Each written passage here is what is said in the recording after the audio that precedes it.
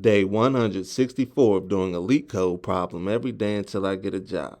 All right, y'all, we're back again, another day, another LeetCode problem, and we're still going strong, y'all. So I hope y'all got a good night's sleep. Hope y'all feeling refreshed. I hope y'all are feeling up. And if y'all are feeling down, I'm here to lift you up, because that's part of what all this channel is all about, y'all. We're here to help encourage each other to keep going, to keep pushing through. Don't let the naysayers get in your head. Don't worry about what the haters are saying, y'all. We're going to keep pushing through and keep going until we accomplish our goals, and we're going to let the haters hate. We're going to make the haters mad, y'all. That's what we're going to do, because they're going to be mad because they can't stop us. They're going to see they can't stop us. They're going to see we're going to keep going.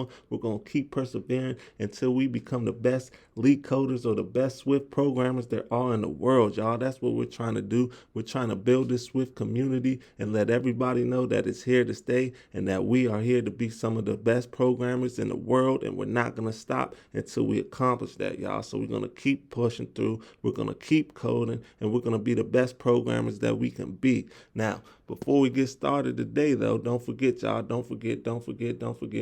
Bring a mouse right over here and click that subscribe button for me, y'all. Then after you click that subscribe button, go ahead and smash that like button for me, y'all. Then after you smash that like button, I'm calling all of my bankers. I repeat, all of my bankers to the comment section right now. I need y'all to drop 2 bank emojis in the comment section so we can run up this engagement, which will help us to push this content out to a broader audience, y'all. As Swift community members, it's up to us to help the Swift community to grow, and we have to get as many people as we can interested in the Swift community, y'all. And in order to do that, we might have to share this content out with as many people as we can find that will watch it. So y'all support is appreciated when it comes to that.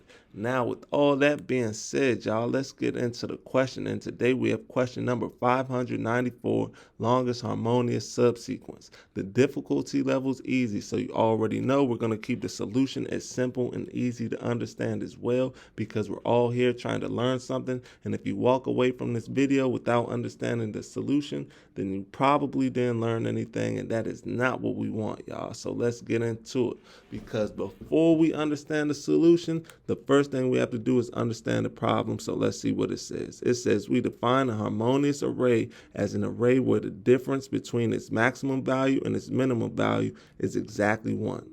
Given an integer array nums, return the length of the longest harmonious subsequence among all of its possible subsequence. So before we get started, let's hover over this and let's read the definition of a subsequence. It says a subsequence is an array that can be derived from another array by deleting some or no elements without changing the order of the remaining elements. So that lets us know we can delete some elements. Yeah, we could by deleting some elements, or we don't have to delete any elements, but that's what a subsequence is. It's basically an array of elements that we can create with this array that's given to us. So let's go through the examples so we could see what we're supposed to do, and then we can see how they got the output, right? So the input equals nums. It's an array of integers 1, 3, 2, 2, 5, 2, 3, and 7. The output is 5. The longest harmonious subsequence is 3, 2, 2, 3. So let's see how they got that, right? So first thing we have to do, so we can see that this right here is a subsequence of this, because it says we can remove some or no elements, right, without changing the order. So this right here, we could just take these 3 elements and these 3 elements. So what we're doing really is we're removing this element, we're removing this element, and we're removing this element to create our subsequence. And we're doing that because we have to fit this requirement. The difference between its maximum value and minimum value has to be exactly 1 in the subsequence. So if you look at this subsequence, you'll see the maximum value is 3, the minimum value is 2, and the difference between the two is exactly 1. So that's how we got these numbers. Now let's go through this array so we could make it make sense, right? So we could do the 1, and then we could do the 2. So let's say we did it like this. Say we did the 1, 2, 2, 2, right? that will fit the requirement as well, because all of the difference between the 1 and the maximum value and the minimum value in this case would be 1, maximum value would be 2. However, there's 3 2s and 1 1, right? So it would look something like this. It'd be 1 2 2 2, right? But that only has a count of 4, so that's not going to work. Even though it fits this requirement, the difference between the maximum value and minimum value is exactly 1. There's still only 4 elements, and we want to find the length of the longest harmonious subsequence. And this harmonious subsequence right here has a count of 5, whereas this has a count of 4, which is why we're not using this one, right? So that's why we're not using the 1 and the 2 2 and the 2, because that would only have 4 elements, where we could use this one and it has 5. Now let's see.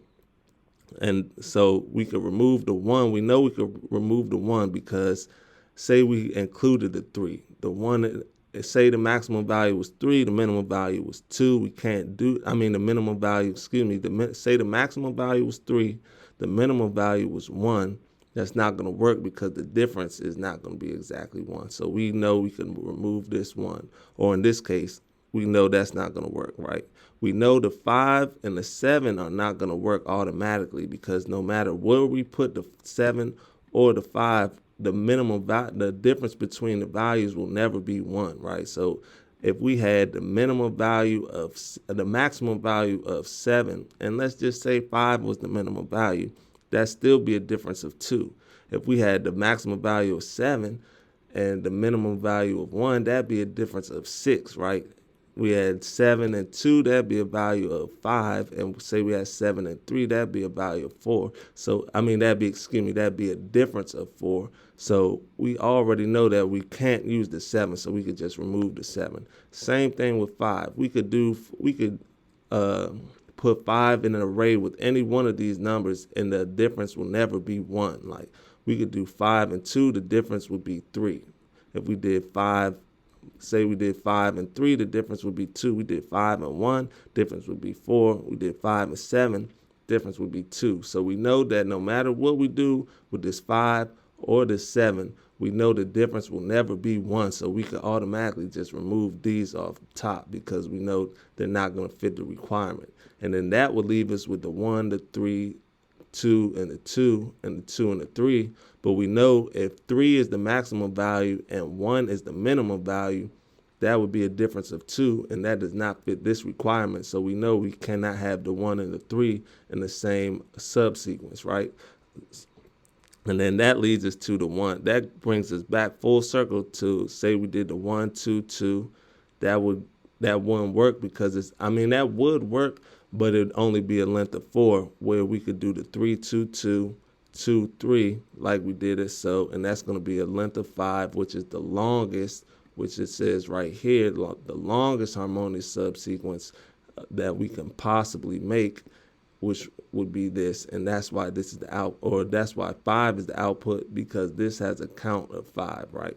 So yeah, we're just finding the longest subsequence we can make, where the difference between the maximum value and the minimum value is exactly 1. And in this case, it would be 3 2 2 2 3. So let's look at example 2. Well, it's a little more tricky, but not really. In example 2, we have nums equals an array of integers 1, 2, 3, and 4. This time the output is 2. The explanation says the longest harmonious subsequences are 1, 2, 2, 3, and 3 or 4, all of which have a length of 2, right? So remember, the difference has to be exactly 1. So we could only match up the elements that have a difference of exactly 1, which would be 1, 2, 2, 3, and 3, 4. They all have, like I said, they all have a length of 2. That's why the output is 2. If we did, say we try to make 1, 2, and 3 a subsequence, it wouldn't work. In this case, it wouldn't be harmonious, because the maximum value is 3, the minimum value is 1. That has a difference of 2, so that wouldn't work. And say we try to do all of them, and the maximum value 4 and the minimum value is 1, that has a difference of 3. That didn't work. It has to be a difference of 1. So that's why it could either be 1, 2, it could either be 2, 3, or it could be 3, 4. As long as the difference between the maximum value and minimum value are 1, it'll work. This example has 3 different ways we could achieve that, but all 3 of those ways still have a length of 2, which is why the output is 2. So let's look at example 3 so we can really bring this home and make it make sense. We have nums equals an array of integers 1, 1, 1, and 1. The output is 0 because no harmonic subsequences exist. All of these elements, none of them have a difference of 1. So the output is 0. The difference between all of these elements is 0, but it has to be exactly 1. It doesn't say 1 or less, or less than or equal to 1. It says exactly 1. So that's why this is 0. That's why this output is 0, because these the differences would be 0. It wouldn't be 1. So now that we understand the question, let's get into the code. The code is not that difficult at all, so let's get into it. First thing we're going to do is we're going to declare a constant called dict for dictionary. We're going to say set that equal to nums dot reduce, open up the parentheses, into colon, open up your square brackets. We're going to reduce it into an empty dictionary. So we're going to say reduce colon square bracket, right? Then we're going to come outside the square bracket. We're going to say comma, and we're going to say open up some brackets. We're going to say $0. This $0 is going to represent each dictionary that we create, right? This is the blank dictionary. This $0, we're going to create a few. It's going to, depend on how many elements are, there's going to be a few different dictionaries, but this $0 is going to represent each dictionary that we are creating. Then we're going to come over here, open up the square brackets, and we're going to say $1, and this $1 is going to represent each key of each dictionary that we're dealing with. So we're going to say $1, comma, default, colon, 0. So we're going to start the key at the $1 going to represent each key in each dictionary that we're creating, and we're just going to start it. The value is just we're going to give it a default value of 0 for each one. That's just going to be the default value. But we're going to say plus equals 1 for each time that we count this, each time this key appears. So then we're going to come down here, and we are going to declare a variable called result. We're going to set that equal to 0. Then we're going to say for key in dict.keys, where dict, open up the square bracket, key plus 1 does not equal nil.